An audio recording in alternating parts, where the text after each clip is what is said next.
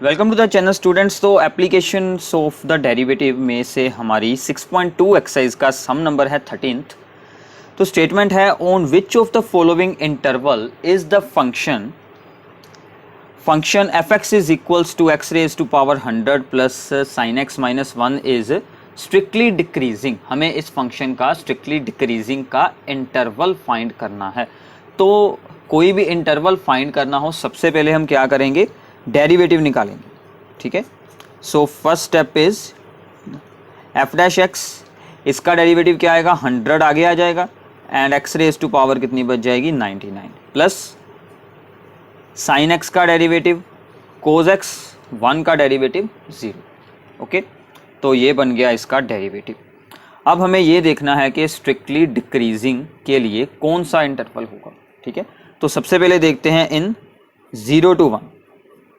ठीक है, 0 to 1 के लिए अब हमें इन दोनों वैल्यूज़ को देखना पड़ेगा। 100 x raise to power 99 is always greater than 0। ये तो पॉजिटिव ही रहेगा क्योंकि x की वैल्यू क्या है 0 to 1 और यहाँ पर लगाएंगे तो ग्रेटर देन 0 आंसर आएगा। कोज एक्स की वैल्यू अब क्या बनेगी। ठीक है, 0 to 1 का मतलब अब यहाँ पर क्या रहने वाला है। ठीक है, तो पहले तो आपको ये देखना होगा कि 0 to π/2, 0 to π/2 जो होता है फर्स्ट क्वाड्रेंट, उसमें कोज एक्स क्या रहता है, पॉजिटिव रहता है। ठीक है, अब अगर हम यहाँ पर इसकी वैल्यू लगाएं, ठीक है ना, अप्रोक्सीमेट वैल्यू इसकी कितनी होती है 3.14। सो अप्रोक्सीमेटली ये हमारे पास क्या बन जाता है 1.57। ठीक है, रेडियन में ये इंटरवल बनेगा 0 to 1.57, बट हमारे पास है 0 to 1। ठीक है, तो इसमें भी क्या रहेगा, पॉजिटिव ही रहेगा। सो कोज एक्स इज आल्सो पॉजिटिव। ठीक है, दोनों टर्म्स ही पॉजिटिव हैं, दोनों को ऐड करेंगे तो भी क्या बनेगा, positive. So it implies that F dash x is greater than 0, so which means that F is strictly increasing. इसमें तो स्ट्रिक्टली इंक्रीजिंग आया है, हमें डिक्रीजिंग का इंटरवल चेक करना है। अगला इंटरवल है π/2 to π। ठीक है, इन π/2 to π। ठीक है, इसकी वैल्यू तो ग्रेटर देन 0 ही रहेगी। हमें सबसे पहले देखना है कोज एक्स को।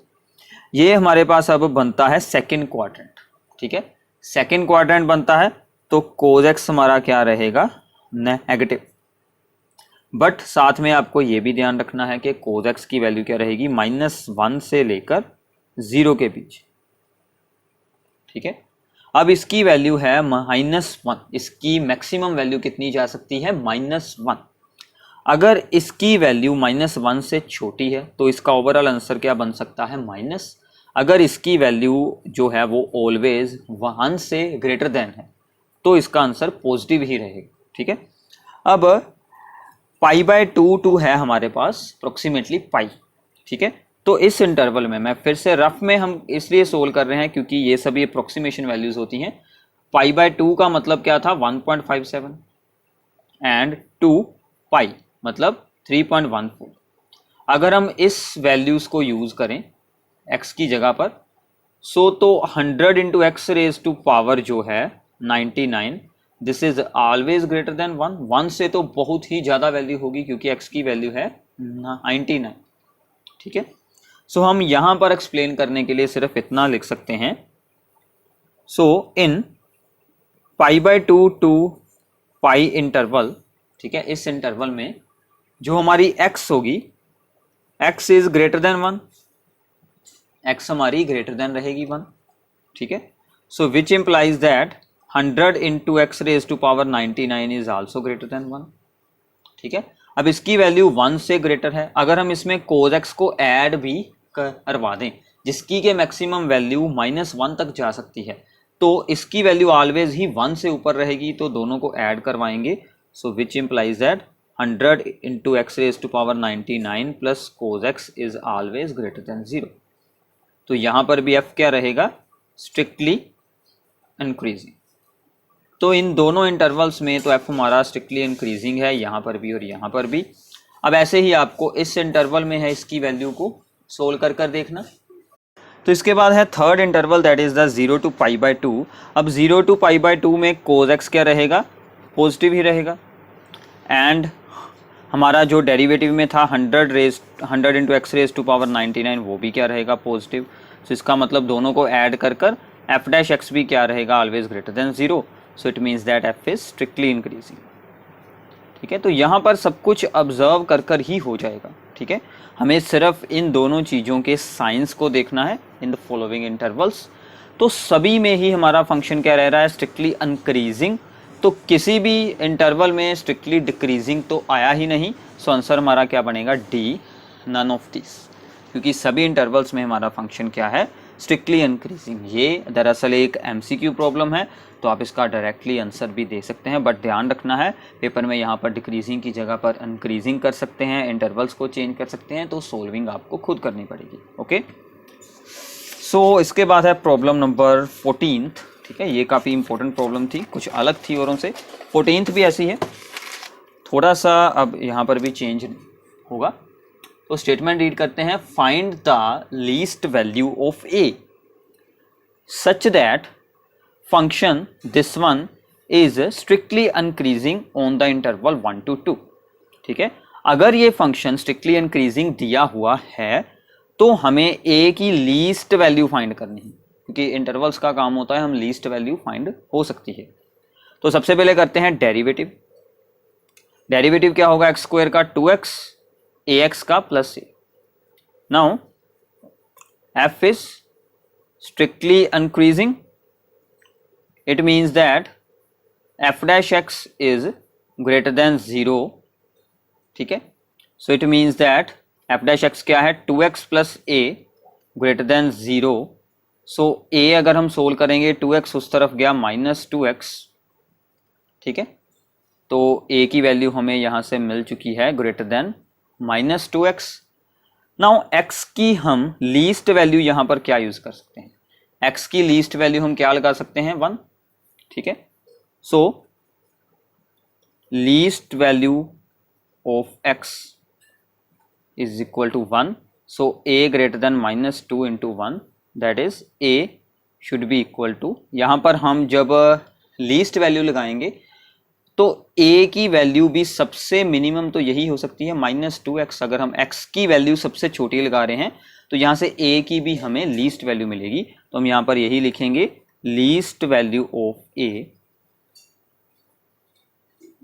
इज, यहां पर हम इक्वल टू का साइन यूज करेंगे। ठीक है, least value of a is equals to -2 into 1, that is -2।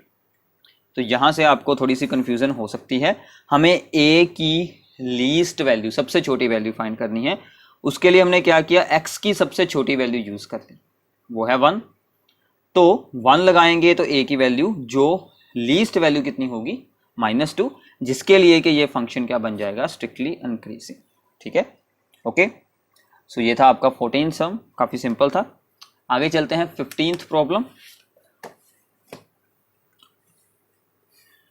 Late I be any interval disjoint from -1 to 1। -1 to 1 का डिसजॉइंट करना है, मतलब इसको छोड़कर हमारे कौन से इंटरवल बनेंगे, -5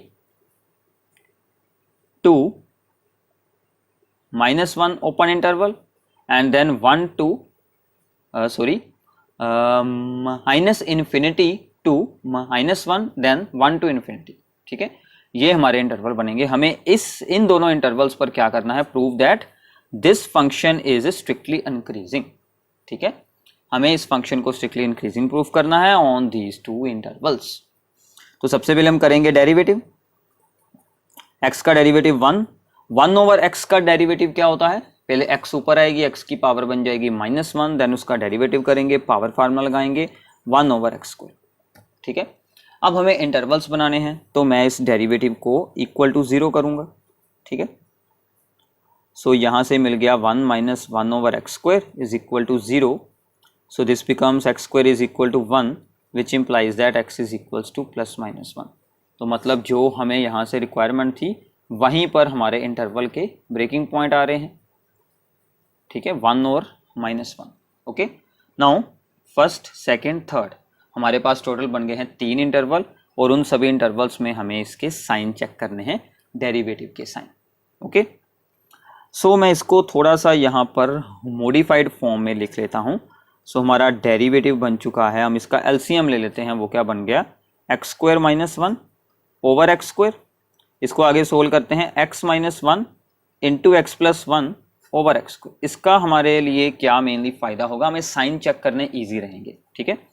तो सबसे पहला interval minus one minus infinity to minus one, इसमें हम जीरो वैल्यू नहीं चूज कर सकते, ये भी साथ में आपको यहाँ पर करना होगा मेंशन कि x is not equal to zero, ठीक है। x जीरो नहीं हो सकती इससे, ठीक है, यहाँ पर x की वैल्यू जीरो बिल्कुल नहीं हो सकती, ये आपको याद रखना है। तो यहाँ पर हम चूज करेंगे x की value minus two, minus one से छोटी वैल्यू क्या लगेगी माइनस टू। तो हमें सिर्फ इसके साइन चेक करने हैं। डिवाइड में तो हमेशा क्या रहेगा पॉजिटिव, क्योंकि स्क्वायर है।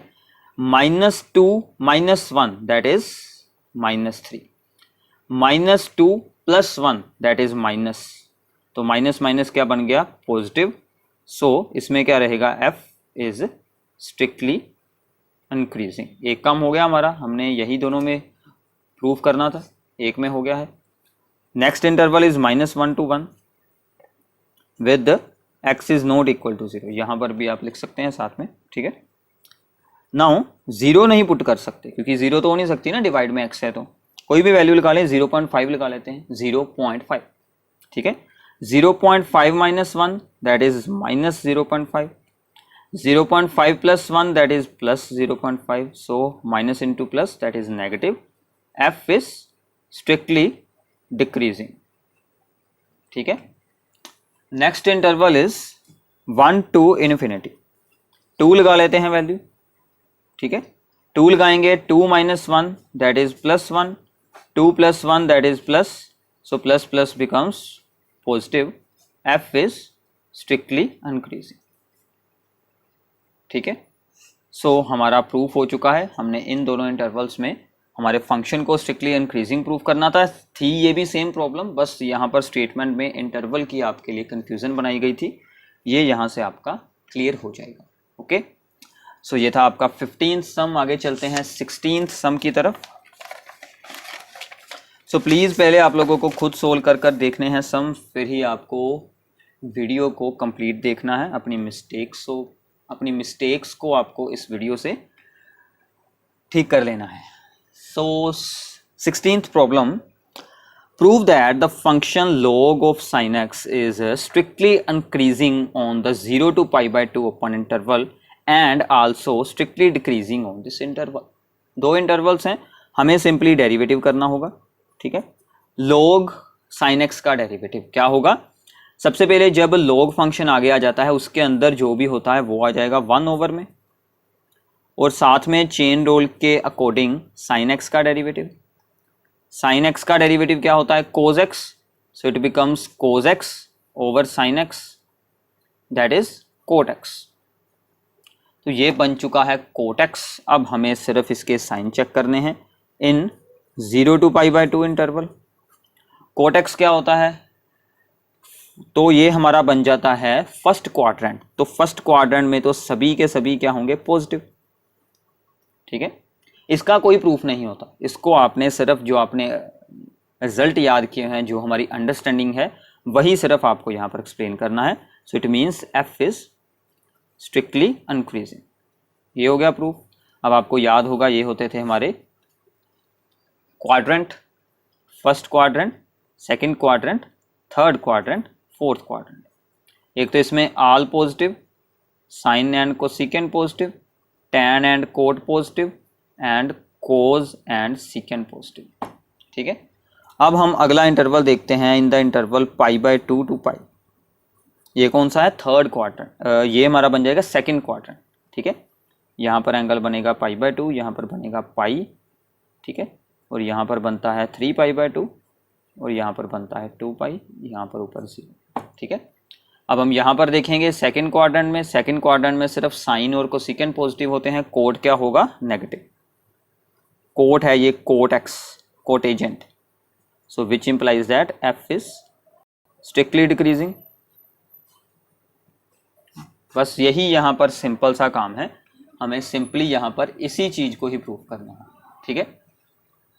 इसके बाद है 17th प्रॉब्लम, ठीक है, सेम टू सेम है जैसी हमने अभी की है, थोड़ा सा यहाँ पर चेंज है स्टेटमेंट में कि f x is equals to log of mod cos x, ठीक है, ये आपको खुद सोल्व करनी है, मैं सिर्फ इसे मोड को एक्सप्लेन करूंगा।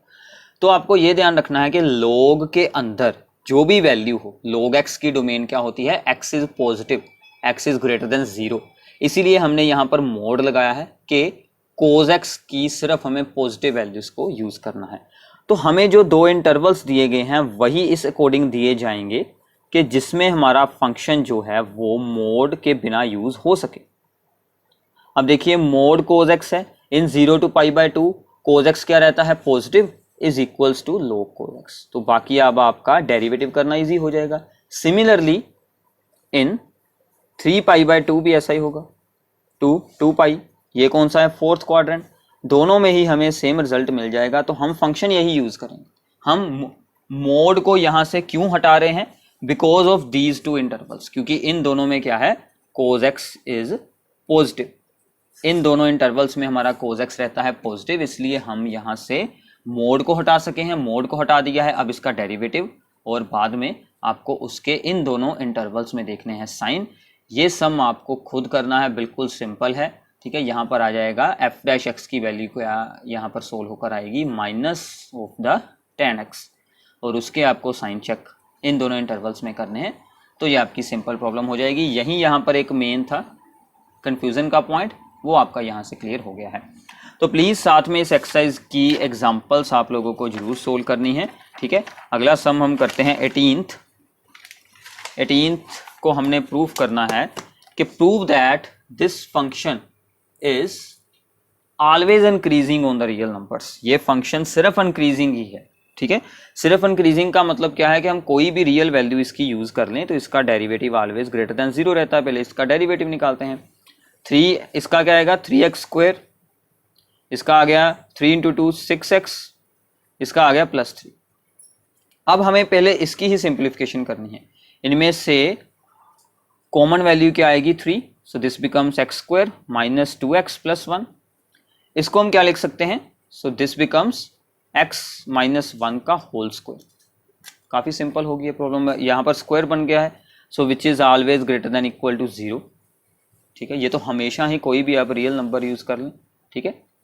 For all x belongs to real numbers, so which implies that f is increasing on r। काफी सिंपल थी प्रॉब्लम। हमने सिर्फ क्या किया है कि जो हमारा गिवन फंक्शन था डेरिवेटिव किया। तो जो उन्होंने स्टेटमेंट में कहा, नॉर्मली हम क्या करते हैं, नॉर्मली भी हमारा यही रूल चलता है कि जो यहाँ पर बन जाएगी पॉलिनोमियल, हम सबसे पहले उसके बनाएंगे फैक्टर्स, फिर हम उसको 0 के इक्वेट करेंगे, ठीक है ना, यही हमारा नॉर्मल चलता है।